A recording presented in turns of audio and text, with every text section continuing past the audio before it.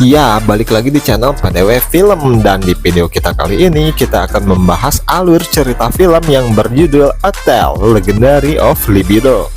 Film yang bergenre erotik komedi ini tayang pada tahun 2008, dan seperti biasa tanpa berlama-lama kita langsung ke alur ceritanya.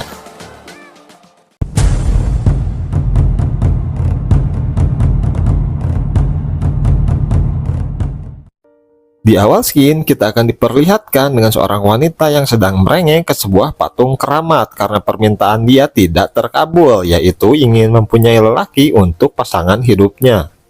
Karena kesal, wanita ini pun melempar patung itu dan tidak sengaja mengenai hidung dari patung yang menjadikan patung itu patah dan terlempar ke tanah seperti tongkat rudal dengan ukuran jumbo.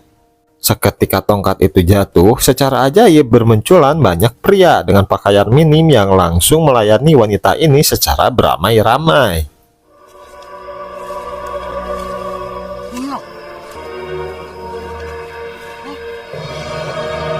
Skin berpindah ke kakek tua yang sedang berjalan di tengah pasar dan melihat patung itu tergeletak begitu saja di tanah. Namun ketika akan membawa itu, tidak sengaja seorang wanita melewat dan menyentuhnya, dan kejadian pria mesum pun terulang. Namun karena ini berlokasi di pasar, ini berlaku untuk semua orang, wanita, pria, hewan, bahkan si kakek itu sendiri. Sadar jika patung itu adalah patahan dari patung mesum di awal film, si kakek membawanya dan menguburnya di bawah patung mesum itu. Skin berpindah kepada seorang pria culun penjual kue nasi yang bernama Byun. Di sini terlihat Byun sedang dirundung oleh segerombolan preman, dan ternyata Byun memiliki kekuatan yang kuat. Namun ketika salah satu gadis sedang membicarakan rudal dari si Byun, seorang ibu-ibu yang kita sebut saja Bu Samsul berkata jika Byun tidak seperti yang mereka pikirkan. Dan Ibu Samsul ini bercerita jika dia pernah melakukannya dengan Byun dan mengatakan jika Byun adalah pria lemah dari yang terlemah. Byun merasa malu dan menyalahkan ukuran rudalnya yang kecil, lalu pergi ke kedai minum dan sempat digoda oleh wanita di tempat itu. Namun ketika sadar rudal Byun sangat kecil, wanita itu pun langsung pergi meninggalkan Byun, dan di sini Byun sangat frustasi dan mengamuk di kedai minum itu. Namun ketika Byun akan diserang oleh wanita itu, datanglah seorang pria kekar bernama Kang Mok yang ternyata dia adalah kakak dari si Byun ini. Kang Mok lalu meminta maaf karena Byun sedang mabuk ketika itu. Kang Mok membawa Byun yang sedang mabuk dan tidak sengaja berpapasan dengan gadis cantik bernama Darling. Dan diketahui jika Darling adalah seorang gadis sebatang kara dan sekaligus kembang desa di film ini. Dan saking terpesonanya, kedua kakak beradik itu harus tercebur ke dalam selokan saat melintasi jembatan kecil itu. Kang Mok dan Byun membuat api untuk menghangatkan diri, namun di sini terlihat jika Byun sedikit kesal terhadap Kang Mok. Dan ternyata dulu pernah terjadi tragedi ketika Byun masih bekerja bersama Kang Mok, dan insiden itu adalah yang menjadikan rudal si Byun ini menjadi kecil. Skin berpindah kepada pagi hari di mana para suami sedang mencuci baju di pinggir sungai. Mereka sedang bergosip jika Darling adalah gadis yang sedikit tidak waras, namun parasnya sangat cantik, dan para suami ini pun berniat mengintip Darling di malam hari ketika Darling sedang mandi di tengah sungai. Byun yang mendengarkannya mencoba untuk datang dan mengintipnya juga, dan para lelaki ini pun akhirnya bertemu dengan Darling dengan pesonanya tanpa busana.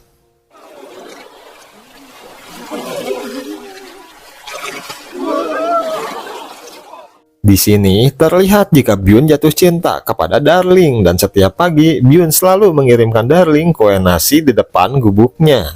Skin berpindah kepada Darling yang siang itu sedang mandi di sungai. Terlihat para suami mata keranjang itu sedang mengintipnya kembali. Namun sangat disayangkan para istri memergoki aksi dari mereka, dan tentu saja para istri mulai merundung Darling, dan sangat beruntung Kang Mok datang dan memisahkan para istri yang sedang memarahinya.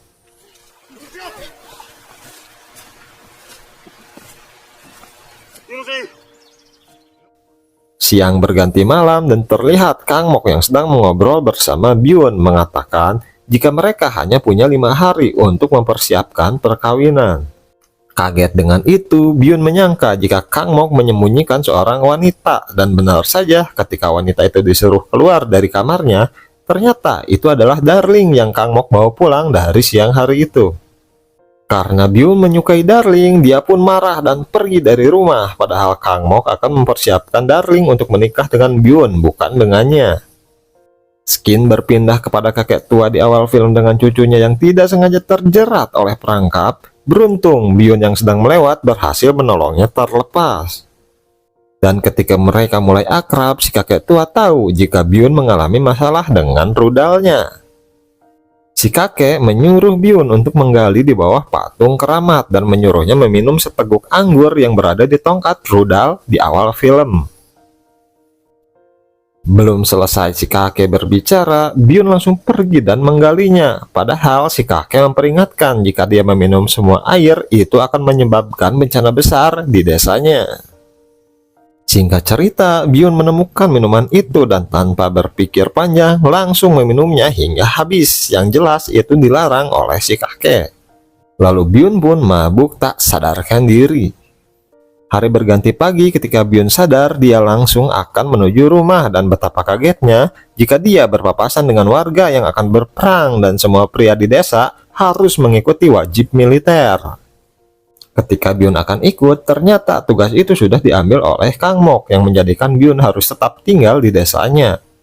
Byun pulang ke rumah dan mendapati Darling sedang tertidur seksi, dan betapa kagetnya ketika Byun mengintip, rudal Byun terlihat seperti mengeras layaknya pentungan satpam.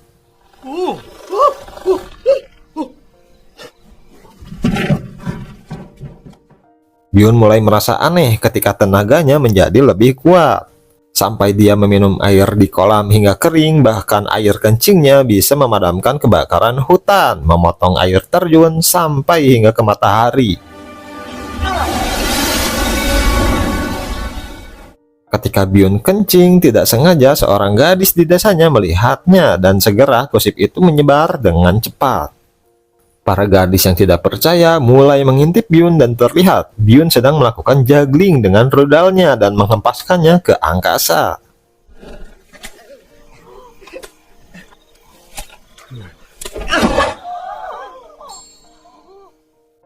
Dan di sini para gadis pun mempercayai jika Byun mempunyai rudal yang sangat super. Hari berganti dan terlihat Byun yang menjual kue nasi seperti biasa. Namun terlihat berbeda dengan para gadis yang tiba-tiba saja menggoda Byun dengan segala cara. Namun Byun yang kuat iman mencoba melewati semuanya itu. Para gadis yang mulai sagne membuat rencana dengan membuat Byun mabuk dan memaksa melayani nafsu mereka. Namun Byun selalu menolaknya, tapi ketika Byun melihat sinar bulan, Byun pun mulai kesurupan dan alhasil gadis itu pun tidak bisa lepas dari cengkeraman Byun.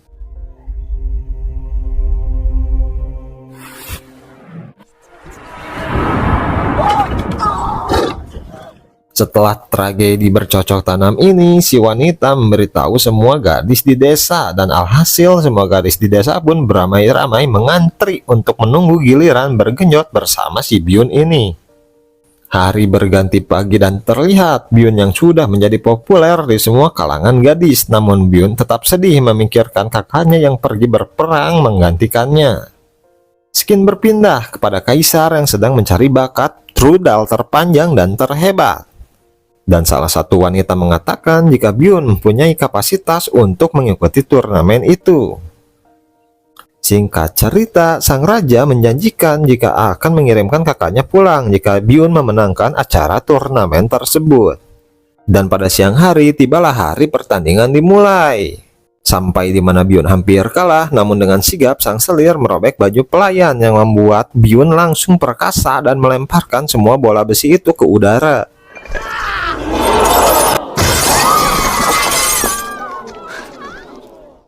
Byun memenangkan pertandingan dan langsung saja menagih janji kepada sang raja untuk membawa kakaknya pulang. Namun seorang pengawal membawa kabar buruk, yaitu banyaknya korban yang gugur di medan tempur dan sosok Kang Mok tidak pernah terlihat lagi. Byun merasa sedih dan langsung mengurung diri. Di waktu yang bersamaan, para gadis yang sedang mengintip baru saja sadar jika desa mereka sedang dilanda kekeringan hebat.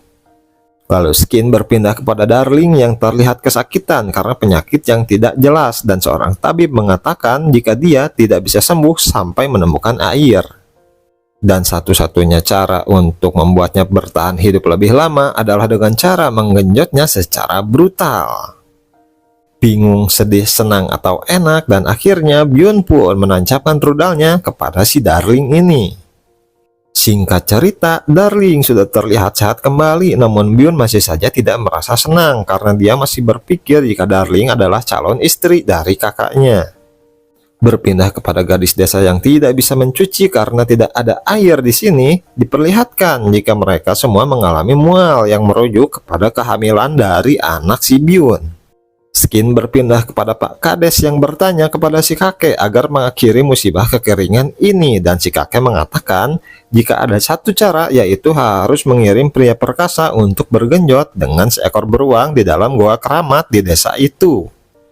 Dan untuk menjadi perkasa, seseorang harus meminum minuman arak yang ditanam di bawah patung keramat di awal film ini. Singkat cerita, mereka pun menggali tanah di bawah patung, namun sial, mereka mendapati botol yang kosong, di mana hal itu menyadarkan si kakek jika Byun adalah dalang dari semua ini. Warga yang sudah kembali di medan perang mendapati jika istri mereka sedang hamil, dan seorang pria yang ada di desanya hanya tinggal si Byun saja. Lalu Skin berpindah ke para pria yang mencari si Byun dan akan memaksanya bergenjot bersama beruang agar musibah ini segera selesai. Awalnya, Byun selalu menolak, namun karena Darling sakit kembali, ia pun tidak tega, dan alhasil, Byun mengikuti apa perintah dari warga di desa itu. Dan akhirnya, Byun pun melakukan adegan percocok tanaman dengan beruang betina di dalam goa. Terdengar teriakan dari Byun, para warga di desa mengira jika Byun telah mati akibat si beruang, tapi tanpa putus asa, mereka pun membuat satu irama lagu ritual pemanggil hujan, dan akhirnya hujan pun turun.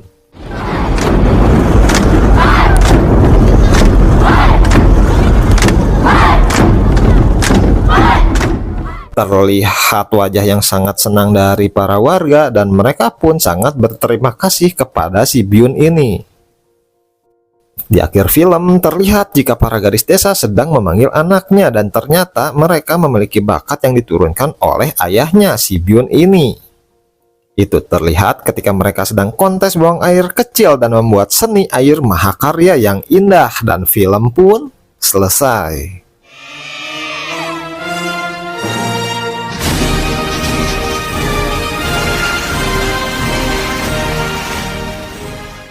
Nah, mungkin itu saja alur cerita film kita kali ini yang sedikit rumit, tapi film ini benar-benar bukan untuk anak-anak. Dan seperti biasa, jangan lupa like dan subscribe agar tidak ketinggalan video-video menarik lainnya. Sampai jumpa, terima kasih.